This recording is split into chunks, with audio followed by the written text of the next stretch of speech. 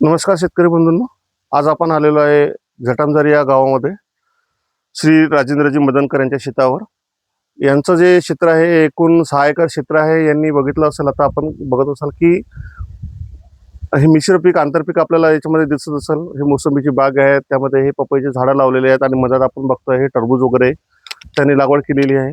हे 6 एकरचं क्षेत्र त्यांचं टोटल क्षेत्र आहे आणि हे आंतरपीक आणि मिश्र पीक पद्धती यांची खूप म्हणजे चांगली वाटत आहे. आणि आपण त्यांना आता थोडं विचारू. शेतामध्ये आता राजेंद्रजी मदनकर साहेब आहेत आणि आपले कृषी सहाय्यक श्री नागमोते साहेब इथे आहेत. नमस्कार दादा. नमस्कार सर. नमस्कार राजेंद्र भाऊ. मी काय म्हटलं, हे आपलं जे मिश्र पद्धतीची. नमस्कार. सगळ्यात पहिले माझा परिचय देऊन देतो. मी अमोल भैसवार, तालुका तंत्रज्ञान व्यवस्थापक आत्मा, काटोल. आपण यांच्या शेतावर आलेलो आहे. राजेंद्र भाऊ यांनी आपण बघत असाल की पपई, मधात टरबूज आणि इकडे मोसंबी, संत्रा, मोसंबीची झाडं लागवड केलेली आहे. आणि याच्या पहिले हे टरबूजच्या जागेवर इथे कपाशी लागवड केलेली होती. 22 फेब्रुवारीला यांनी टरबूज लागवड केलेली आहे इथे. आणि म्हणजे एकाच वर्षामध्ये इथे 2 पिकं आंतरपिकं यांनी घेतलेले आहेत. यांचं स्पेसिंग किती आहे, म्हणजे किती अंतरावर लागवड केलेली आहे मोसंबी? साहेब माझी मोसंबीची लागवड आहे 25 बाय 10 मोसंबीची लागवड आहे. अच्छा आणि आंतरपिकामध्ये पपई आणि मोसंबी हे 12.5 फुटावर आहे. अच्छा. पपई ते मोसंबी 12.5 फूट आणि पपई टू पपई 6 फूट. हे दोन झाडाचं अंतर. अच्छा अच्छा. आणि हे याच्या अंदर जे पपई, टरबूज आणि मोसंबी याच्यामध्ये टरबूज आणि पपई 6 फूट आणि टरबूज ते मोसंबी 6 फूट असं डिस्टन्स मध्ये करून ते नियोजन केलं मी. अच्छा अच्छा. हे जे लागवड केलेली होती, हे पपईची लागवड कधी केली होती तुम्ही? मी हे जून महिन्यात 15 जून ते 20 जूनच्या दरम्यान मी लागवड केली अच्छा पपईची. आणि त्याच कालावधी 20 जून ते 25 जूनच्या कालावधीमध्ये पराठीची लागवड केली, कपाशीची. Okay sir. पॉज. हे मिश्र पिकाचं जे तुम्हाला कल्पना सुचली किंवा आपण अशा पद्धतीने लागवड करायला पाहिजे, हे कसं काय कळलं?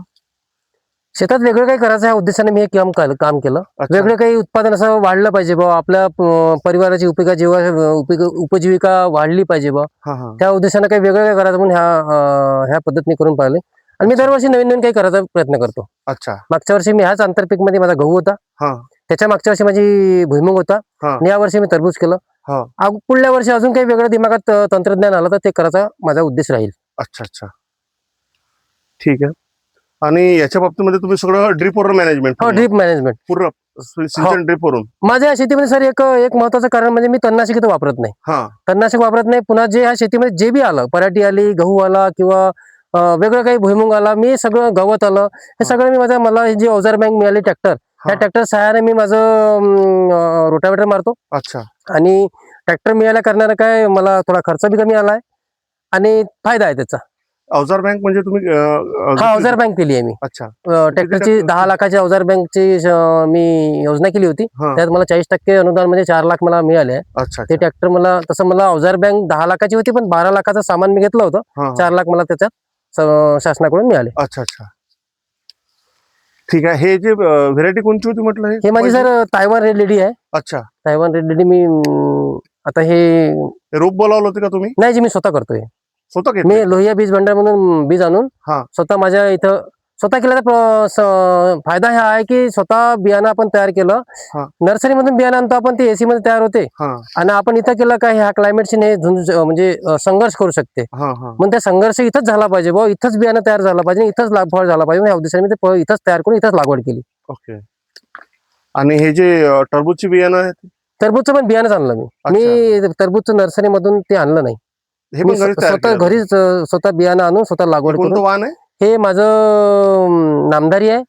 माझे नामदारीचे 15 पॅकेट आहे, कलशचे 15 पॅकेट आहे, सागर किंगचे 10 पॅकेट आहे आणि सिम्बाचे 10 पॅकेट आहे. असे माझे टोटल 50 पॅकेटची लागवड आहे माझ्याकडे टरबूजची. आणि खरबुजा पण आहे त्याच्यामध्ये. खरबुजाची बी कलश आहे, नामदारी आहे. कलश आहे, नामदारी, खरबुजा आहे. अच्छा. काकडीमध्ये बी नामदारीच लावली तुम्ही. काकडी थोडी बरी राहिली, म्हणजे उत्पादन चांगलं झालं काकडीचं. अच्छा. व्यवस्थित राहिलं यावर, म्हणजे असं काही नाही. पण ते व्यवस्थित बाजारभाव समजा डामाडोल झाला तर आपल्याला थोडं नुकसान झेलावायचं, कारण याचा खर्च जास्त आहे. याच्यामध्ये ड्रीप खर्च आहे, मंचिंग खर्च आहे, पुन्हा आपण वॉटर सोल्युबल खाद्य त्याचा खर्च आहे. शेतकऱ्याचा खर्च आणि ताळमेळ जुळायच्या उद्देशाने समजा बाजारभाव जर पडले तर तो थोडासा त्याचं डामाडोल व्हायचं कारण होऊ शकतं. अच्छा, असा माझं तरी ओपिनियन आहे. रिक्स राहत. रिक्स, पुरी रिक्स म्हणजे राहते थोडीशी. आणि याच्या पहिले जे कपाशी होती त्याचं उत्पन्न किती झालं होतं तुम्हाला? कपाशीचं मला कपाशी लावली होती 25 क्विंटल माल निघाला इथे. हे म्हणजे कपाशी आणि पपई सोबतच लावली होती? हा सोबत होती. म्हणजे थोडेसे 8-10 दिवस, थोडे 8-10 दिवसचा डिफरन्स होता. अगोदर माझे हे पॅकेट तयार होतं, मी अगोदर पपई लावली, नंतर पॅकेट बी तयार होते ना, ड्रीप तयार होती का नाही, नंतर मग नंतर पाऊस आल्यानंतर कपाशीचं वाण होतं. राशी शिफ्ट होती माझ्याकडे. आणि उत्पन्न किती झालं त्याचं? 25 क्विंटल झालं पूर्ण बगीच्यामध्ये. 6 एकरचा प्लांट म्हणजे रिअल शेती तर 6 एकर आहे, पण आपण हे गॅप, पपईची गॅप सुटली, मोसंबीची गॅप सुटली, तर 4 एकर समजा, 4-4.5 एकर समजा कपाशीची लागवड झाली आपली. तर 4-4.5 म्हणजे 25 क्विंटल मला माल, आणि तो माल मी सीसीआयला 8,000 रुपयाच्या भावानं विकला पण. ओके, ठीक आहे. बऱ्यापैकी तुमची शेती खूप चांगलं वाटलं. आमचे शेतकरी आता बघतील, आणि सगळ्या शेतकरी बांधवांना विनंती आहे की या प्रकारे थोडंसं आपण शेतीमध्ये नवनवीन प्रयोग करायला पाहिजेत, जेणेकरून एकाच पिकावर अवलंबून न राहता आपल्याला इतरही पिकामधून आपल्याला उत्पन्न मिळत राहील. कसं होतं की आपण एकच पीक लागवड करतो, एका पिकामध्ये की नाही त्या मालाला भाव मिळाला नाही मिळाला तर आपलं नुकसान व्हायचं पाळी आपल्यावर येऊन जाते. त्याच्यामुळे की नाही आपण 3-4 पिकं आता एका शेतामध्ये लागवड करतो आहोत एका वर्षामध्ये. त्याच्यामुळे कसं होतं की एखादं पीक तरी आपल्याला भाव देऊन जातं, आणि थोडंसं आपल्याला शेती नफ्यामध्ये चांगला नफा द्यायचा हे होतंय. तर सर्व शेतकरी बांधवांना विनंती आहे की यांनी आपला हा व्हिडिओ बघावा आणि याचा थोडासा आत्मसात करण्याचा प्रयत्न करावा. धन्यवाद.